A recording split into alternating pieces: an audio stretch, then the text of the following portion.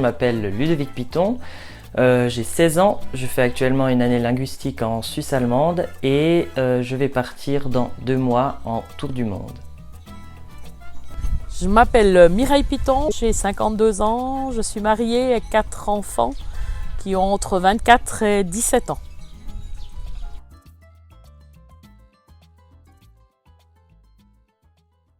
Alors en fait, on va effectuer le tour du monde, on va dire plutôt le tour d'un continent. On va visiter l'Asie, l'Amérique du Sud à vélo, avec des charrettes accrochées derrière, avec les bagages qui sont ici que vous pouvez voir en arrière-plan. Et puis voilà. Qu'est-ce que c'est un tour du monde?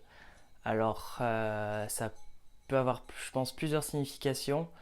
Le tour du monde, très clairement, on pourrait dire que ça pourrait être le tour de l'équateur. Si on suit l'équateur, ça pourrait faire ça, un tour du monde, je dirais. Mais pour plusieurs personnes, ce serait de vraiment visiter tous les continents du monde et faire, je pense, chaque pays. Alors les préparatifs de mon côté, ils sont assez simples pour moi, on va dire. C'est plus pour la famille avec qui je pars qui sont un peu plus compliqués. Parce que moi, j'ai surtout à préparer mes habits, acheter 2-3 trucs que j'ai dû acheter encore, faire des choses avec les assurances. Je dois régler 2-3 trucs, récupérer de l'argent pour avoir le budget pour. Et c'est surtout ça, mes préparatifs à moi. Voilà. Alors pour moi personnellement, ça fait depuis une année, je pense, une année pile, ouais. Depuis mai 21 que je sais que je vais partir avec eux. Mais pour eux, je pense que ça doit faire minimum 2-3 ans qu'ils préparent déjà ça. Un but, ouais, je dirais de un peu sortir cette routine qu'on est dedans, de se lever, aller à l'école ou aller au travail. Je voulais vraiment voir autre chose. Puis j'avais besoin de découvrir autre chose, de sortir un peu de la Suisse, découvrir des nouvelles personnes, des nouvelles langues, cultures. Et j'avais vraiment besoin de ça, je pense, pour un peu plus, on va dire, avancer dans la vie. Voilà. Qu'est-ce qui me donne envie? La découverte des nouvelles choses. Puis aussi passer du temps avec ma meilleure amie, donc avec sa famille aussi. Et ouais, franchement, la découverte de nouvelles cultures, c'est ça qui me motive le plus. Du coup, ouais, j'ai ma meilleure amie, on a fait nos 3 ans de CO ensemble, et sa famille, ses 2 frères et ses 2 parents qui partent avec nous. Voilà. Alors, ouais, ça peut coûter cher, mais c'est vrai qu'il y a plusieurs variantes. On peut avoir des variantes où il y en a qui arrivent à faire le tour du monde avec 6 000 francs pour une année. Puis nous, on va y tourner autour plus de 12 000 francs par année, on va dire. Donc c'est en fait un budget par jour qu'on va compter environ 40 francs par jour. Et du coup, voilà. Alors oui, une petite cagnotte a été ouverte. Donc au début, en fait, pour dire un peu comment on a recherché des fonds, au début, on a vendu des fondus au mois de novembre. Ça a déjà fait un petit fonds au fond du compte. Et actuellement, on cherche des dons. Je cherche un peu des dons pour essayer de payer ma 2e année. Et du coup, il y aurait un petit QR code au fond de l'écran. Vous pourrez voir un petit QR code. Voilà.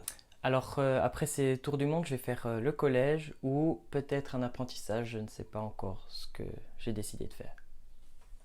Alors pour le moment, je fais un peu la maline, mais je pense que le jour J, il y aura certainement beaucoup d'émotions et des larmes.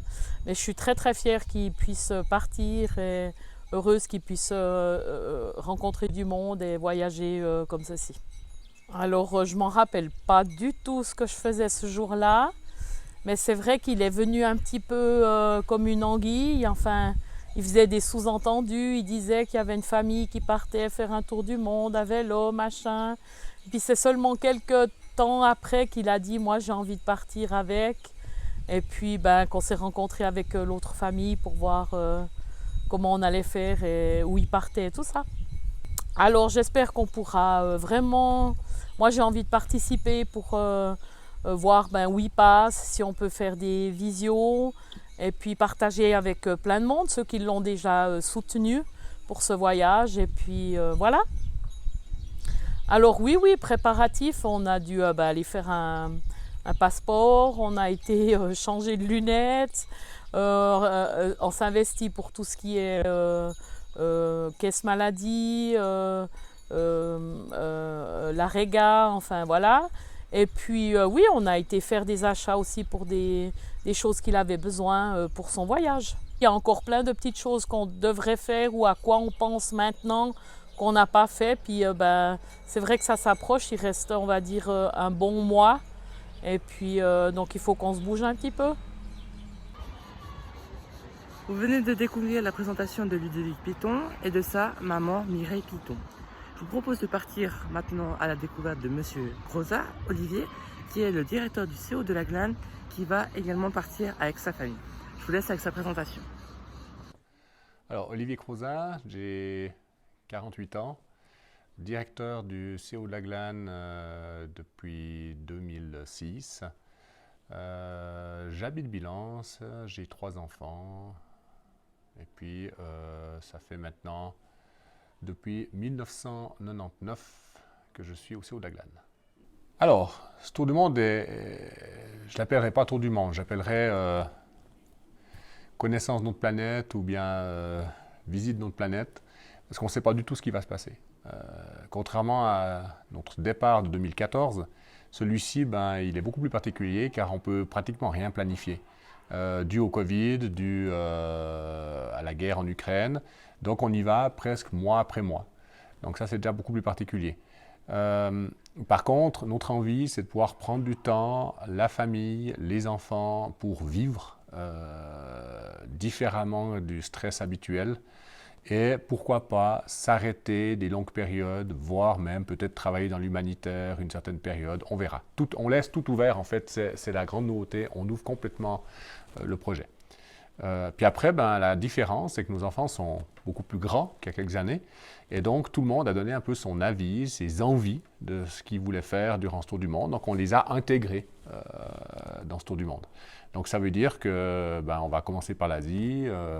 Un de mes enfants voulait peut-être aller au Japon, on va essayer de le faire. Un autre voulait aller en Colombie, on va essayer de le faire. Donc on va essayer d'intégrer les envies de chacun. Le but, c'est de vivre sans contrainte, de vivre simplement, et également de pouvoir vérifier sur le terrain que contrairement à ce qu'on voit souvent à la télé, que notre planète va relativement bien. L'être humain, il est très bon en général. On voit souvent des atrocités, d'autant plus actuelles avec la guerre. Et nous, quand on voyage, on vit plutôt le contraire, où les gens sont vraiment accueillants, où on a vraiment des très bons contacts avec la population. Donc nous, c'est de vivre simplement avec la population. Ça, c'est le but du projet. L'autre but, c'est de profiter avec les enfants. Parce que des projets comme ça, bien sûr qu'il est un petit peu physique à vélo. Donc, je ne suis pas convaincu que dans 10 ans, peut-être, j'espère, que je pourrai encore faire du vélo, mais ce ne sera peut-être pas le meilleur moment. Donc là, tout est possible. Donc voilà, ça c'était le bon moment aussi pour le faire. Et puis, le dernier objectif, on sait qu'aujourd'hui on a bonne santé. C'est vrai qu'il est un peu né ce projet aussi, dû au départ de 3 de mes amis, 3 de nos amis en très jeune âge. Et puis on s'est dit, nom de bleu, on travaille, et puis tout peut s'arrêter du jour au lendemain, donc allons-y, il ne faut pas repousser ce qu'on peut faire aujourd'hui. Alors, ce tour se passera à vélo. Alors, pourquoi le vélo? Alors, pour nous, le vélo, ça a toujours été une évidence, parce que ça permet un rythme pas trop lent. À pied, c'est un peu lent à mon goût, mais lent quand même. Ça permet de respirer, de sentir les odeurs, de voir ce qui se passe autour de nous, de s'arrêter facilement, d'aller à la rencontre. Parce qu'on n'a pas les vitres d'une voiture, on ne passe pas trop rapidement, donc on est au contact de la population. Donc en fait, le vélo permet la rencontre, permet de s'arrêter, permet de voir l'autre. Ça, c'est la première chose. Deuxième chose, surtout aujourd'hui, ça évite beaucoup de pollution. C'est la force de nos jambes, pas que, je vais le dire tout à l'heure, mais ça permet bien entendu d'éviter de la pollution et ça nous tient à cœur aussi.